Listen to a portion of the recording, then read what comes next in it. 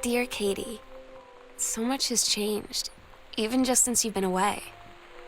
We moved into this house. I'm in a new school, and my big sister being gone for a year doesn't make it any easier. It's weird hanging out with girls. Daniel was around ever since I was little, and other girls?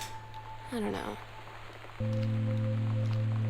Lonnie came over today, but everything was different. Lonnie brought her hair dye over today. She said, I need to fix these roots. Think you could help? Dyeing hair is weirdly intimate. I don't know if I've touched someone else's scalp before. That's pretty intimate, right? It felt intimate. We looked in the mirror together after, and I expected her to say something about how it looked crappy or good or whatever. Oh my God. You are so lucky you finished high school before we moved into this house. So, it's the first day of school, and there I am, introducing myself to the class, and I say that I just moved into the house on Arbor Hill. All of a sudden, every kid in the room turns and just... At Todd's brother's place after the show, there was only a futon to sleep on, so Lonnie and I shared it. The lights went out. I was turned toward her. My eyes started to adjust, and then I could see she was looking at me, too. In the dark, she smiled. My heart was beating so fast. I rolled over. I felt so, I don't know, nervous. After a minute, she put her arm around me and was so close, and when you live in one place your whole life, your next door neighbor is kind of like your default friend. And Daniel only got weirder over the years. So moving away has been a good excuse to, not see him anymore. But he did always have the good Nintendo games. Maybe I'll give him a call.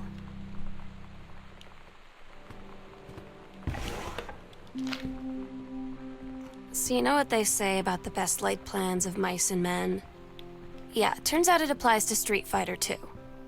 At least I worked up the courage to walk into the 7-Eleven and ask for a turn, but all that practice...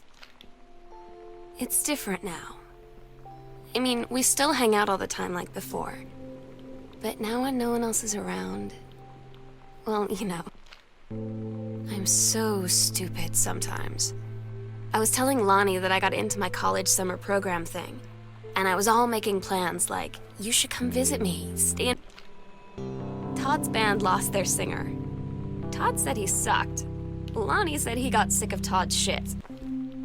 They tell you to stick with the group on field trips, Katie. There's a reason for that. Lonnie and I snuck off on the side paths at Multnomah Falls and got a little lost. Okay, a lot lost. Like, for hours. Right before the bus left.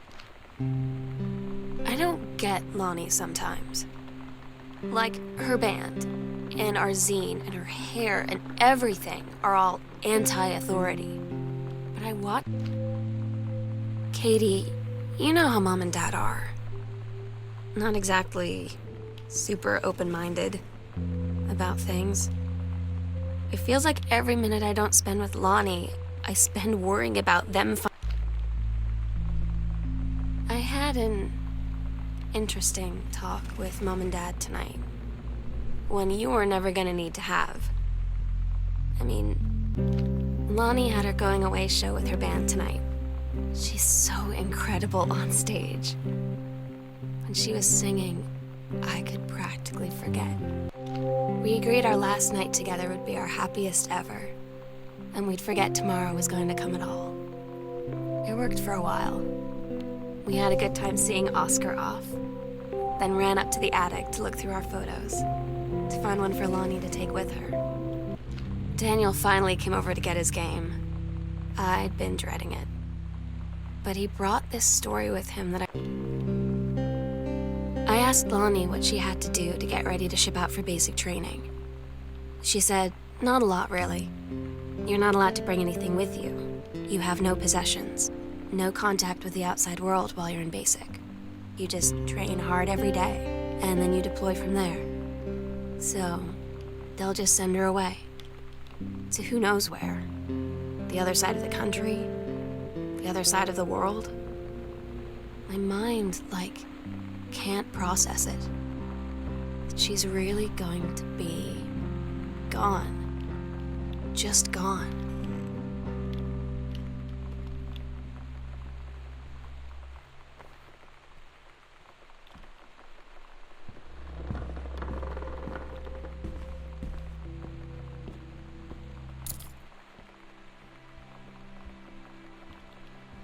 The sunset light in this house is the saddest thing I've ever seen.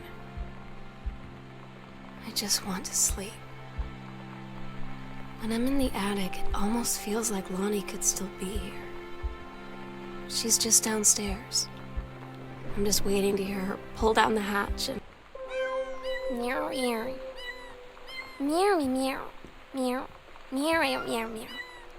Meow, meow. Meow, meow, meow.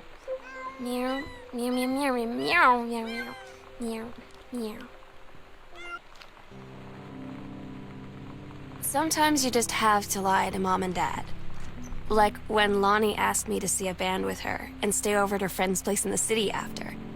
That's a lie to Mom and Dad's situation. But it was so worth it. The girls on stage were just so loud and real and... Oh my God. Katie, I fell asleep in the attic, in Lonnie and my old spot, and I missed the first 2 calls. I just barely caught the third one before the machine got it. And it was Lonnie, on a payphone. She'd been